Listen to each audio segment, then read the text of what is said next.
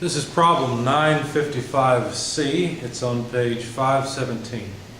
Compute the deflection at the middle of a steel W460 by 82 beam when it carries the load shown in figure the one below. Okay, let me sketch it for you quickly, and then we will solve this problem.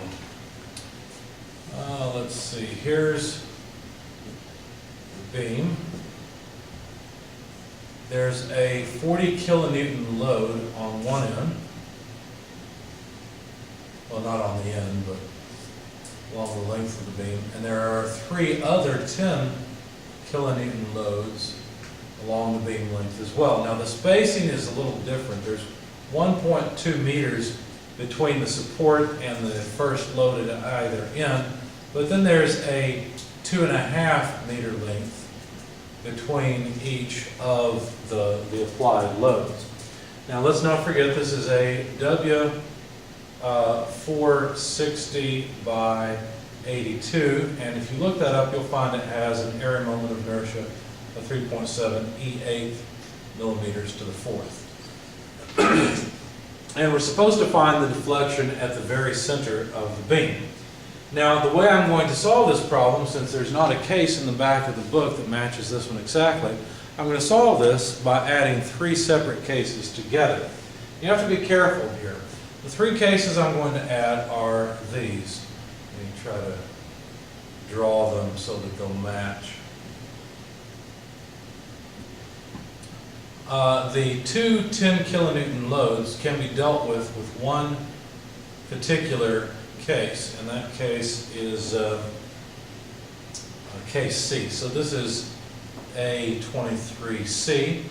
But then you can't do this again because look, you got this distance A here, and that's all well and good. And yes, it's 1.2 meters from the end for the 40 and the 10, but the 40 and the 10 are different. Case C only deals with two loads that have the same magnitude. These two do not. So what we have to do then is add to this another case with the 40 kilonewton load, and then yet another case with the 10 kilonewton load. Now these particular cases are A-23B. Okay? So these are the models we're going to add together, and the nice thing is that since these are linear models, then the deflections will simply add, so they're simply additive. Okay? Now we're interested in the deflection at the center, so I'll tell you what, let me move my note a bit. This is A23B, this is A23B, this is A23C, so that takes care of all the notes.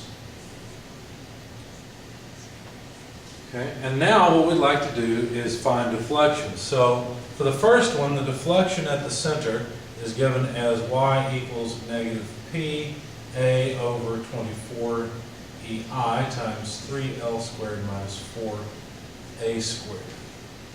Okay, for this one, we have to be a little more careful. The deflection is given as a function of position. See, this is just the maximum deflection at the center for this beam. But this one is given as a function of position x. And so it's minus pbx divided by 6eil times l squared minus b squared minus x squared. Now the equation is going to look exactly the same for this one because it's the same case, but the dimensions will be different. L squared minus b squared minus x squared. Okay? So if you look at the case carefully, you'll notice that x is measured then. Let's take this one as the example because this looks more like the case given in the book where the load's off to the right. X is the particular position where you want the deflection. We want our deflection at x equal L over 2. Okay, so we're going to evaluate this equation at x equal L over 2. This equation is similar, but it's kind of like you have to think of reversing the case, flipping it around. Okay, so in that case, you're just measuring from this side. Okay, because I've just drawn this backwards to this one. Does that make sense? They're the same case, except they've got different loads. So the load P is different. Now, you'll notice everything else is the same. X is still L over 2. That's still the position where we'd like to find the deflection. And you'll notice everything else is the same. Notice that B is a particular distance. B is, let's see, I thought I had it in my notes here.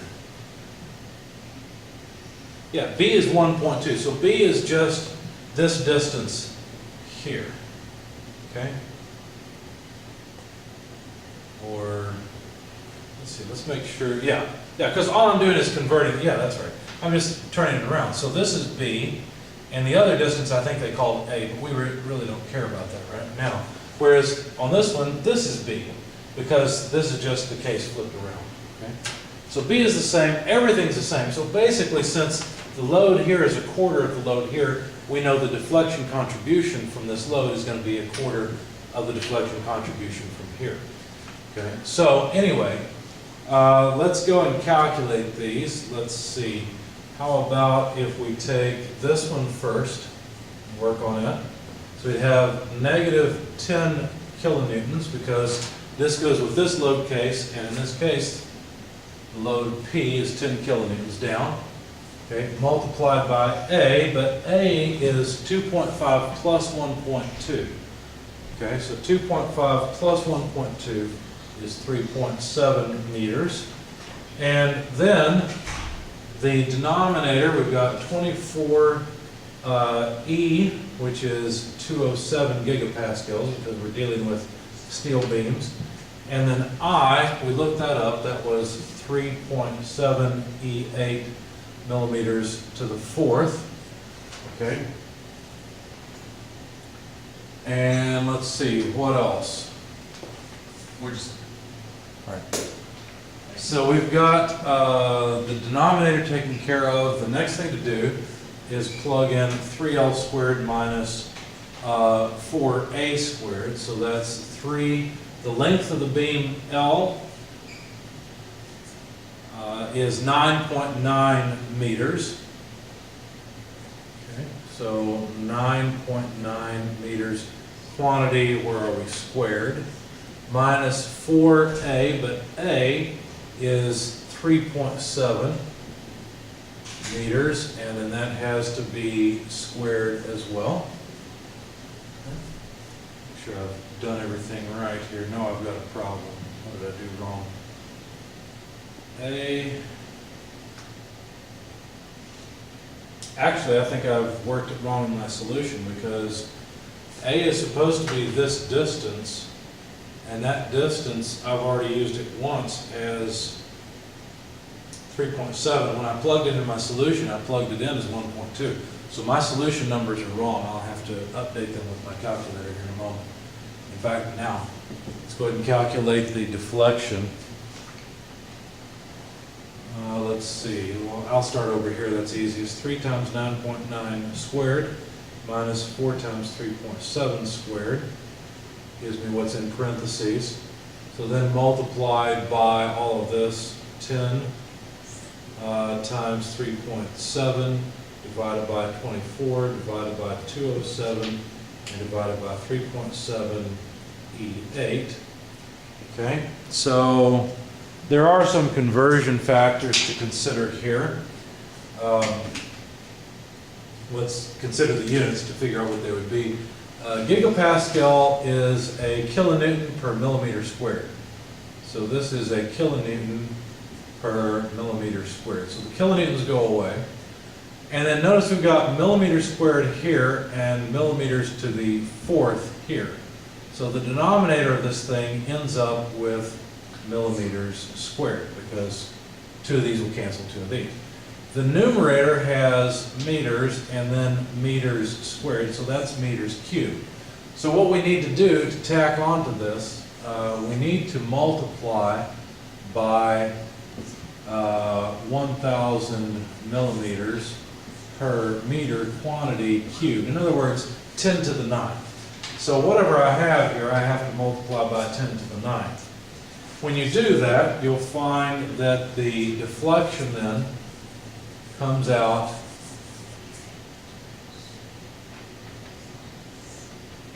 let's see, since I converted to millimeters from meters, it'll come out in millimeters. So that's negative 4.816 or so millimeters. So there's the deflection contribution from the two 10 kilonewton loads near the center of the beam.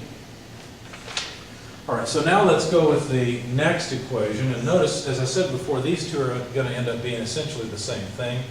I won't bother plugging in both twice. I'll just note that the load in this case is a quarter of the load in this case. So that'll save us some time.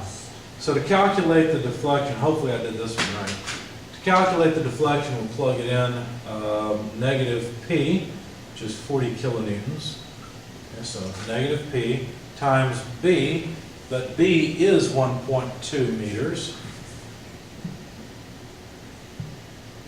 Let's see, multiplied by X, but the X of interest is L over 2. So that's 9.9 meters over 2. Okay, divided by 6 EIL. What is E? Well, E is 207 gigapascals. And of course, we could simplify this, right? Because if we're plugging in L over 2, there's an L that would cancel. Why don't we just go ahead and do that? I have a 2 here that would save us a little bit of time. Oh, let's not forget I. We got 6E, we need I next, so that's 3.7 E8 millimeters to the fourth. And then the 2 here comes from L over 2. This L cancels with that L. Okay. And then everything in parentheses, I'll just go ahead and put up here because that's where it belongs, same thing. So we need the length, 9.9 meters, quantity squared, because it's L squared, minus 1.2 meters quantity squared, because that's what B is. And then finally, minus 9.9 meters over 2 quantity squared. Okay? So what's in parentheses here is this bit. Now we're going to have the same kind of problem we had before with units. Basically, we have to multiply by 10 to the 9th, and we'll end up with the deflection in millimeters. Let me verify quickly and make sure I plugged in everything correctly in my solution. Yeah, so assuming I hit everything right in my calculator, this would be negative 3.764 millimeters of deflection at the center that the 40 kilonewton load all the way out near the end provides. Notice that the 40 kilonewton load over here is just about as bad as the 10 kilonewton loads almost together at the center, okay, because it's fairly close in deflection. Now, as I said, notice that everything here is exactly the same as this as far as numerically, except that the load P is 1/10 of this load. So basically from this one, what we're going to find is take this, divide it by 4, and that's the deflection. So negative 0.941 millimeters is the deflection at the center due to this 10 kilonewton load. Now what we have to do is simply add all three of these together, and that will give us the total deflection at the center. Oh, there's my calculator. So Y at the center is equal to the sum of the individual deflections. And so, of course, I have the wrong number in my solution that I worked out. Let me just add them up here. 4.816 with 3.764 and 0.941. Gives us a deflection of negative 9.521 millimeters. So there's the deflection at the center of the beam as requested.